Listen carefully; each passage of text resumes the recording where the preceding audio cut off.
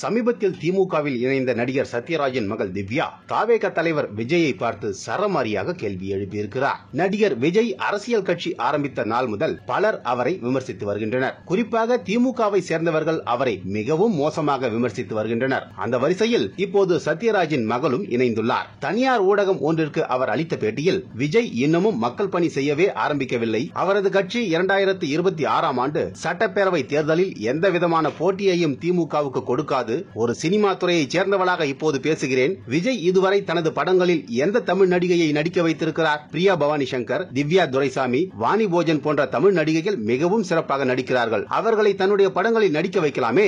அதை விட்டுவிட்டு விஜய் அண்ணா எப்போதும் தன்னுடைய படங்களில் வடமாநில ஹீரோயின்களை தான் நடிக்க வைப்பார். விஜய் அண்ணா, உங்களுக்கு ஜோடியாக நடித்த தமிழ் நடிகைகளில் த்ரிஷாவை தவிர வேறு யார் அண்ணா என்று குதர்க்கமாக கேள்வி எழுப்பியுள்ளார்.